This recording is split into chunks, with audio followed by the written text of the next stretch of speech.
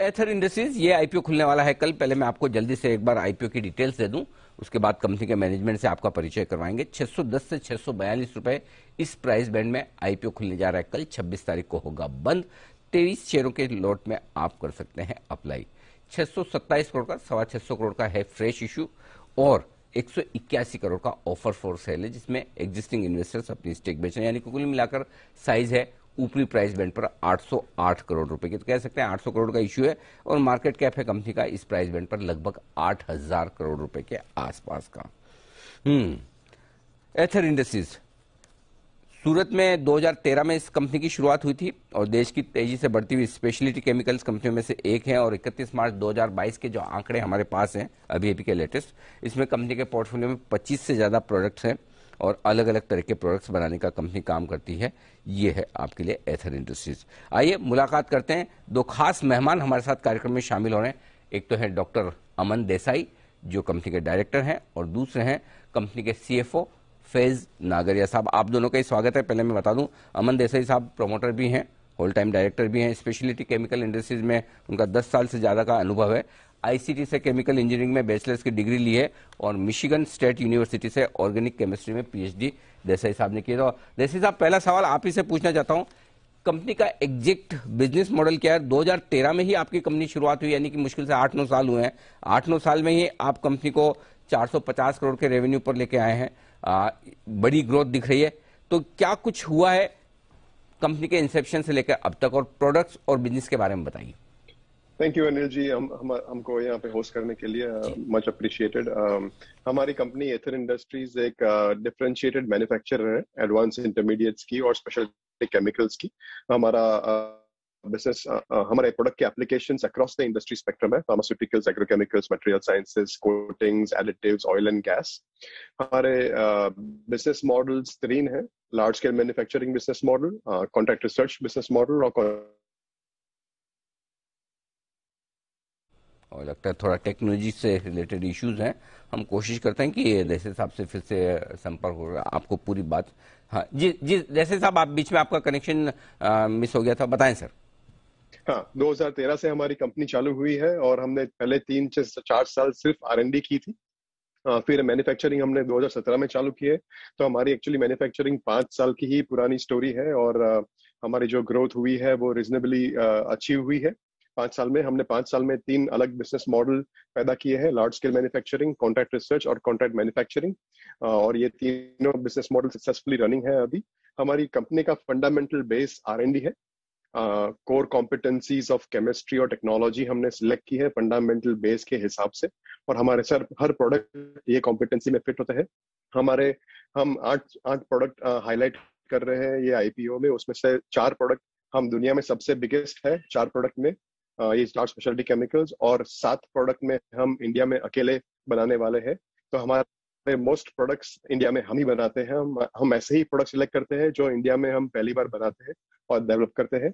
और पूरा fundamental base company का R&D है, टेक्नोक्रेट ड्रिवन। तो मुझे ये बताइए जैसे साहब, मुझे ये बताइए, देखिए 5 साल आपकी कंपनी को प्रोडक्शन करते हुए 450 करोड़ पर आप पहुंच गए। आसान काम नहीं, बड़ी अचीवमेंट है। तो पीछे जरूर कुछ न कुछ ऐसा बैकग्राउंड आपका रहा होगा, तो क्योंकि इतना जल्दी इतना तेजी से ग्रो करना इजी नहीं है। तो ऐसा क्या खास, या फिर आपका एक्सपीरियंस किस वजह से इतनी ग्रोथ तेजी से आ गई? क्योंकि ये बिजनेस ऐसा तो नहीं कि बाकी लोगों को मालूम नहीं है, वो भी कर सकते थे। केमिकल में 50 कंपनियां लिस्टेड हैं, तो अलग से ऐसा क्या है आपकी कंपनी में? हमारा promoter family techno commercial excellence है। हमारे प्रमोटर फैमिली में हमारे फादर अश्विन देसाई जो है वो यूडीसीटी केमिकल इंजीनियर खुद रहे हैं 1974 में। 1976 में उन्होंने Anupam Rasayan India Limited, he was the founder of Anupam Rasayan और चेयरमैन एंड मैनेजिंग डायरेक्टर 2012 तक।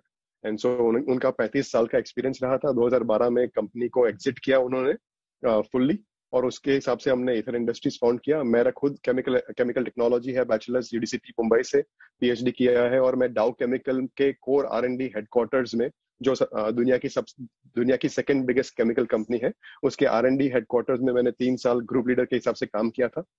और हमने जब एथर इंडस्ट्री चालू किया तब 3 से 4 साल सिर्फ R&D किया है और हमने वो केमिस्ट्री और टेक्नोलॉजी पकड़ी थी जो इंडिया में बहुत कम लोग प्रैक्टिस करते हैं। हमारे लेवल पे आज कोई प्रैक्टिस नहीं करता है। हमने वो प्रोडक्ट्स पकड़े थे जब सबसे पहले जो इंडिया में कोई नहीं बनाता है और हमने पहली बार वो प्रोडक्ट्स बनाए हैं।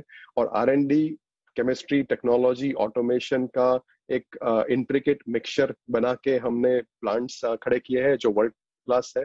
और हमारा pilot plant one of the world's largest pilot plant है। सो काफी सारा फोकस रहा है डिफरेंशिएशन पे और unique chemistry, technology, engineering, automation और प्रोडक्ट्स पे, जिसकी वजह से हमारा ये अभी प्रोग्रेस रहा है, परफॉर्मेंस रहा है लास्ट 5 साल में, और होपफुली आगे जाके ये बना रहे। वही तो मैं सोचा था सर, कुछ न कुछ तो ऐसा बैकग्राउंड होना चाहिए, नहीं तो इतनी जबरदस्त ग्रोथ आसानी से आते नहीं है। तो अब समझ में आया आपका, आपके फैमिली का पूरा बैकग्राउंड इसी स्पेस से। आइए, हमारे साथ फैज नागरिया साहब भी, जो कंपनी के सीएफओ हैं और मुंबई यूनिवर्सिटी से आपने कॉमर्स में बैचलर्स किया है, चार्टर्ड अकाउंटेंट भी है, 2019 से कंपनी के साथ है। फैज साहब, आपसे जानना चाहता हूँ कंपनी के फाइनेंशियल पे। रेवेन्यू बहुत ही जबरदस्त ग्रोथ है पिछले 3 सालों की, मुनाफा भी, इबिटा यानी कि कामकाजी मुनाफा भी। एक ही चीज आपसे मुझे पूछनी है और वो है आपके डेट को लेकर। जो आईपीओ में आप बता रहे हैं कि 138 करोड़ आप डेट कम करेंगे, कब तक कंपनी आपका डेट फ्री करने का इरादा है और इस आईपीओ के बाद कितना डेट रहेगा कंपनी पर, ये जरा बताएं sir. First of all thank you, आपने हमें इस पे इनवाइट किया मंच पे। हम बताना चाहेंगे कि आफ्टर आईपीओ हमारी कंपनी डेट फ्री हो जाएगी। कोई भी डेट रहेगा नहीं कंपनी के बुक्स पे। लॉन्ग टर्म जो डेट्स है, जो टर्म लोन से, हम पूरी तरह से पे ऑफ कर देंगे और हमारी जो वर्किंग कैपिटल लिमिट से हम उसको जीरो डाउन कर देंगे और उसको फ्यूचर में जरूरत पड़ी तो यूज करेंगे, वरना it will not be used. IPO आती ही आप जीरो डेट हो जाएंगे, गजब। अच्छा, एक चीज और बताइए फैज साहब की, आपके रिसीवल डेज थोड़े से बढ़ते हुए दिख रहे हैं, जो आपको डेटर से पेमेंट लेना होता है। तो मेरे पास डेटा है 70 दिन होते थे, अब 114 दिन। कोई खास वजह इसकी? थोड़ा सा पेमेंट साइकिल्स में थोड़ा सा डिले हुआ था बीच में, लेकिन वो वापस जनवरी फरवरी में अच्छा हो गया था और अभी हमारे वापस data days are back to the normal days which are there, 90 days. अभी कोई इशू नहीं है हमारे पास। ओके, देसाई साहब, इस आईपीओ के बाद भी प्रोमोटर्स की स्टेक 87% रहेगी, 87%, राइट? आपको 75% तक लानी होगी आगे चलते हुए। तो आपके इन्वेस्टर्स जो पैसा लगा रहे हैं वो ये जानना भी चाहते हैं। जैसे अभी एलआईसी का आईपीओ है तो एलआईसी ने कह दिया हम 1 साल तक नहीं लाएंगे, राइट? आपका ऐसा कोई इरादा है कि अगली स्टेक आपकी जो डाइल्यूशन होनी कब करेंगे? माफ कीजिएगा सर, आप म्यूट पे हैं शायद। Sorry very much Anil ji, बहुत बढ़िया क्वेश्चन है। हमारा 87% स्टेक रहेगा अभी कंपनी में और सेबी के रेगुलेशंस के हिसाब से हमको 25% टोटल करना है 3 साल में। एंड सो आप आरएचपी देखोगे तो हमारे 2 नए ग्रीनफील्ड प्रोडक्शन साइट्स आने वाले हैं अभी, जिसके कैपेक्स हमारा आईपीओ प्रोसीड्स में से होने वाला है। 2 नई ग्रीनफील्ड प्रोडक्शन साइट्स हम खड़ी कर रहे हैं और वो ऑलरेडी आरएचपी में मेंशन्ड है।